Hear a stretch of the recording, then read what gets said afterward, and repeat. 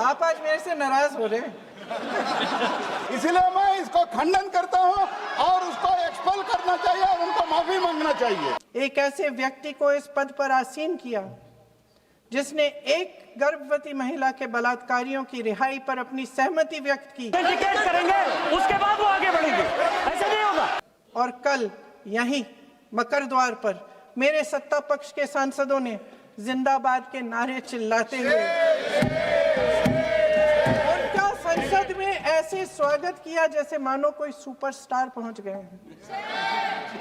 विडंबना देखिए महोदय, जब भूतपूर्व शिक्षा मंत्री को मुकुट पहनाया जा रहा था, स्वागत हो रहा था उनका, तब महाराष्ट्र में एक परिवार पेपर लीक पीड़ित अपनी बेटी की आत्महत्या का शोक मना रहा था।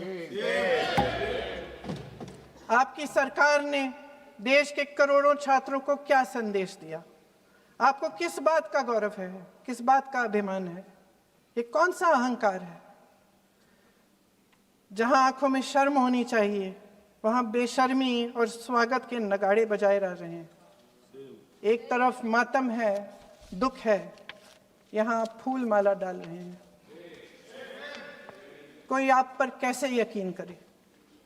प्रधानमंत्री महोदय जी ने नया शिक्षा मंत्री चुना, एक ऐसे व्यक्ति को इस पद पर आसीन किया जिसने एक गर्भवती महिला के बलात्कारियों की रिहाई पर अपनी सहमति व्यक्त की, खुशी जताई। देश की करोड़ों लड़कियों को प्रधानमंत्री जी ने क्या संदेश दिया? सर, अखबारों में है। अखबार में नहीं, मेरा कुछ भी बोल के चले जाते हैं क्या? अरे ये तो कैसा क्या है इनके पास? ऐसा ही कोई आरोप लगा दीजिएगा, कोई नियम कानून नहीं है।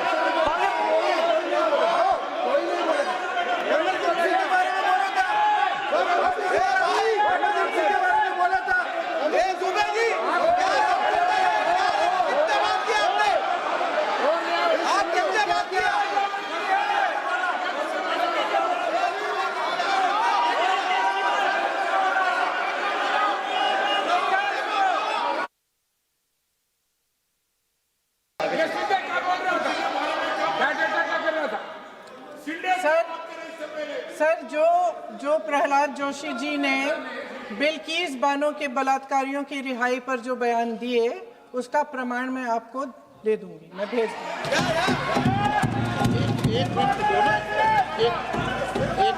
मैं ऑथेंटिकेट करूंगा। स्पीकर का डायरेक्शन 115, उनको पहले ऑथेंटिकेट करने के लिए सर, ऑथेंटिकेट करेंगे, उसके बाद वो आगे बढ़ेंगे, ऐसे नहीं होगा। पहले ऑथेंटिकेट करने दो सर, उनको ऑथेंटिकेट करने के लिए कहिए, ऑथेंटिकेट करने कहिए उनको।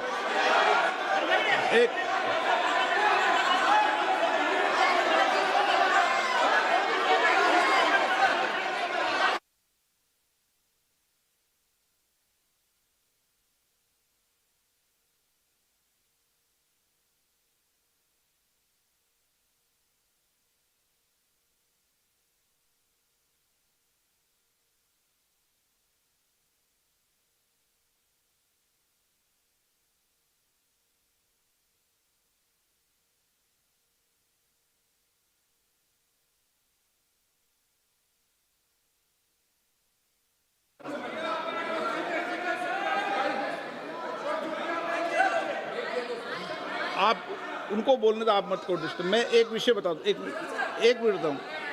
नियम 353 के अंदर फिर मैं एक बार स्पष्ट कर दूं, किसी भी सदस्य द्वारा किसी भी व्यक्ति के विरुद्ध मानहानि या अभियोगात्मक प्रकृति का कोई आरोप नहीं लगाया जाएगा जब तक कि सदस्य ने अध्यक्ष और संबंधित मंत्री को पर्याप्त अग्रिम सूचना नहीं दे दी हो। यह व्यवस्था है।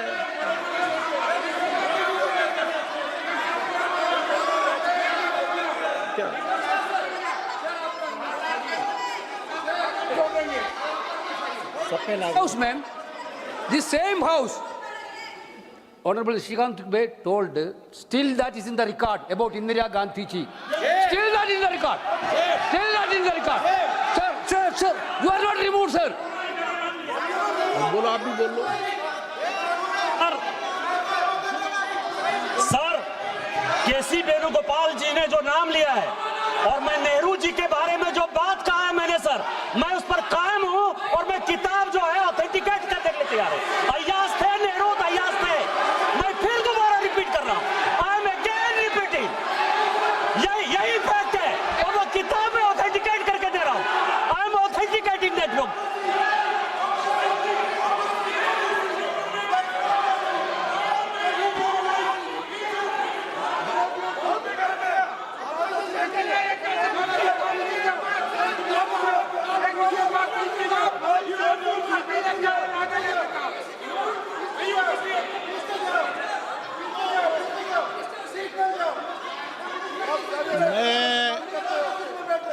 मैं जब आसन पर होता हूं, जो मैं व्यवस्था देता हूं, चाहे सत्ता पक्ष हो या प्रतिपक्ष हो, मैं समान व्यवस्था देता हूं। मैं जब आसन पे होता हूं,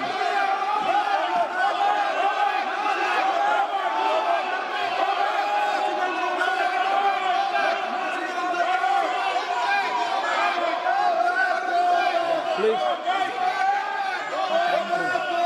बोलने दो, आप उनको बोलने दें, उनको बोलने दें। नो, अरे आप उनको नहीं बोलने देना चाहते?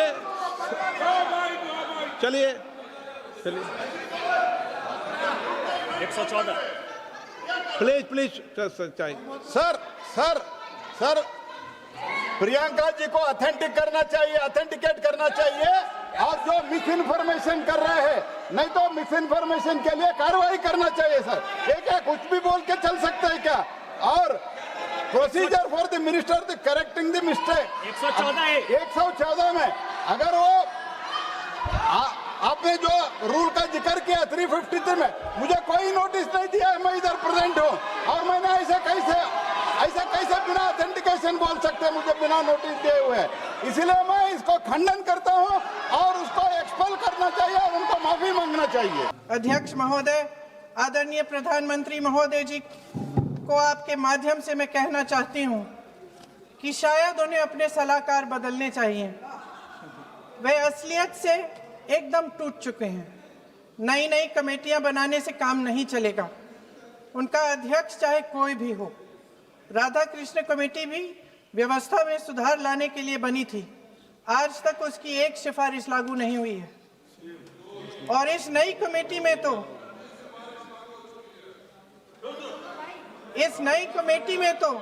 एक एक्स आईबी चीफ,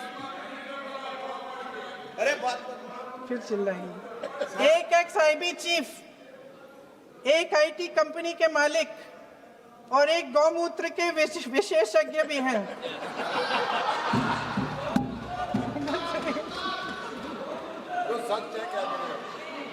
इन्हें शिक्षा के बारे में क्या पता जी? सर सच है। आप आज मेरे से नाराज हो रहे हैं, पर मुस्कुरा लीजिए। उनको आपने भी चुनाव लड़ा।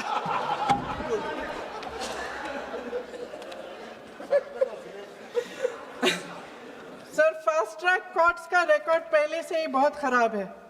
वैसे भी कल की सुनवाई में सीबीआई का वकील पेश ही नहीं हुआ। संसद में विपक्ष को दोषी ठहराने से, खोखले राजनीतिक खेल खेलने से काम नहीं चलेगा। आप जेन जी का भरोसा वापस जीतना चाहते हैं तो नए नए एंगल से अपने फोन से नए नए वीडियो बनाने से नहीं होगा।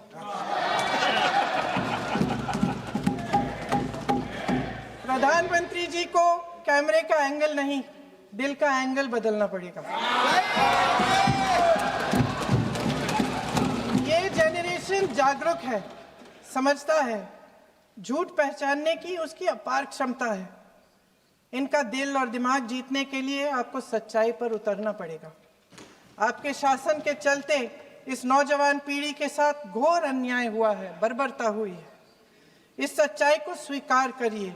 अपनी जिम्मेदारी से पीछे हटने से काम नहीं चलेगा।